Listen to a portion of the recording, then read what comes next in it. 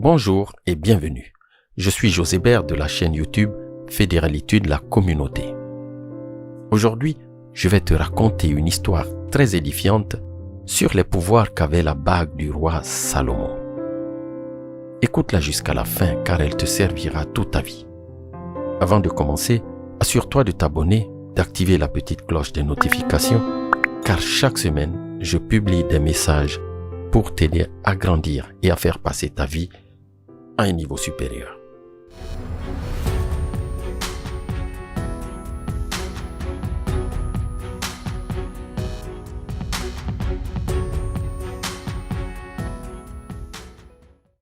Un roi convoqua les sages de sa cour et il leur dit : « J'ai obtenu l'un des plus beaux diamants qui existent. Je vais en faire une belle bague. À l'intérieur, je veux y cacher un message qui pourra m'aider dans les moments de grand désespoir et qui aidera mes héritiers et les héritiers de mes héritiers pour toujours. Il doit s'agir d'un message très court afin qu'il puisse se glisser sous le diamant de la bague. Tous ceux qui l'écoutaient étaient des sages, de grands érudits, et ils auraient pu écrire de grands traités. Mais lui donner un message de 2 ou 3 mots qui puisse l'aider dans des moments de désespoir total leur était presque impossible. Ils ont réfléchi, ils ont cherché dans leurs livres, mais ils n'ont rien trouvé. Le roi avait un vieux serviteur qui avait aussi été le serviteur de son père. La mère du roi était morte prématurément et ce serviteur s'était occupé de lui. Il était vu par le roi comme un membre de la famille. Le roi avait un immense respect pour le vieil homme. Il a donc également consulté. Et le vieil homme lui dit : « Je ne suis ni un sage, ni un savant, ni un érudit, mais je connais le message. Au cours de ma longue vie au palais, j'ai rencontré toutes sortes de personnes. Et à une occasion, j'ai rencontré un mystique. Il avait été l'invité de votre père et j'étais à son service. En partant, en guise de remerciement, il m'a donné ce message. » Le vieil homme l'écrivit sur un minuscule morceau de papier, le plia et le remit au roi. « Mais ne le lisez pas, dit-il, gardez-le caché dans la bague. Ne l'ouvrez que lorsque tout le reste aura échoué, lorsque vous ne trouverez aucune issue à une situation. » Ce moment ne s'est pas fait attendre. Le pays a été envahi et le roi a perdu son royaume. Il fuyait pour sa survie sur son cheval et ses ennemis le poursuivaient. Il était seul et les poursuivants étaient nombreux. Il arriva à un endroit où la route se terminait.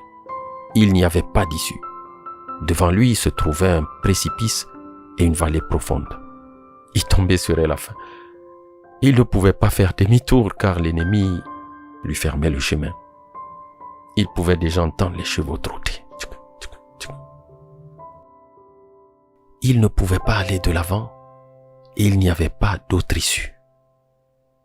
Soudain, il se souvint de la bague. Il l'ouvrit, fit sortir le papier et y trouva un petit message d'une valeur inestimable. Si les messages de cette chaîne te plaisent, abonne-toi. Mets-nous un joli pouce bienveillant et n'hésite pas à partager. Il disait simplement : « Ceci aussi passera. » En lisant « Ceci aussi passera », il ressentit un grand silence planer sur lui. Les ennemis qui le poursuivaient s'étaient peut-être perdus dans la forêt ou avaient pris un mauvais chemin. Il ne le savait pas. Mais ce qui est sûr, c'est que petit à petit, le trot des chevaux finit par cesser. Le roi était profondément reconnaissant envers le serviteur et le mystique, bien sûr. Ces mots avaient été miraculeux. Il plia le papier, le remit à l'intérieur de la bague. Puis, il revint, rassembla ses armées et reconquit le royaume. Le jour où il entra victorieux dans la capitale, vous l'imaginez, Il eut une grande fête avec de la musique, des danses, et il était très fier de lui. Le vieil homme, qui était à côté de lui dans le char, lui dit « Ce moment est également approprié. Regardez à nouveau le message. »« Que voulez-vous dire ?» demanda le roi. « Maintenant, je suis victorieux. Le peuple fête mon retour. Je ne suis pas désespéré. Je ne suis pas dans une situation sans issue. Bien au contraire. » « Écoutez, dit le vieil homme, ce message n'est pas seulement pour les situations désespérées. Il est aussi pour les situations agréables. Il ne vaut pas seulement lorsque vous êtes vaincu. Il vaut aussi lorsque vous vous sentez victorieux. Pas seulement lorsque vous êtes dans la peine, mais aussi lorsque vous êtes dans l'allégresse. Le roi ouvrit la bague et lut le message. Cela aussi passera. Il ressentit à nouveau la même paix, le même silence au milieu de la foule qui faisait la fête et dansait. Mais la fierté, l'ego avait disparu. Le roi put enfin comprendre le message. Il avait atteint l'illumination. Alors, le vieil homme lui dit, « N'oubliez pas que tout passe. Aucune chose et aucune émotion n'est permanente, comme le jour et la nuit. Il y a des moments de joie et des moments de tristesse. Acceptez-les comme faisant partie de la dualité de la nature, car elles sont la nature même des choses. » C'est ici que s'arrête ce message qui illustre, sans les développer, des notions plus profondes comme l'impermanence, l'équanimité, la maîtrise des émotions en toutes circonstances. Puisse ce message te servir, toi et toutes les personnes que tu aimes.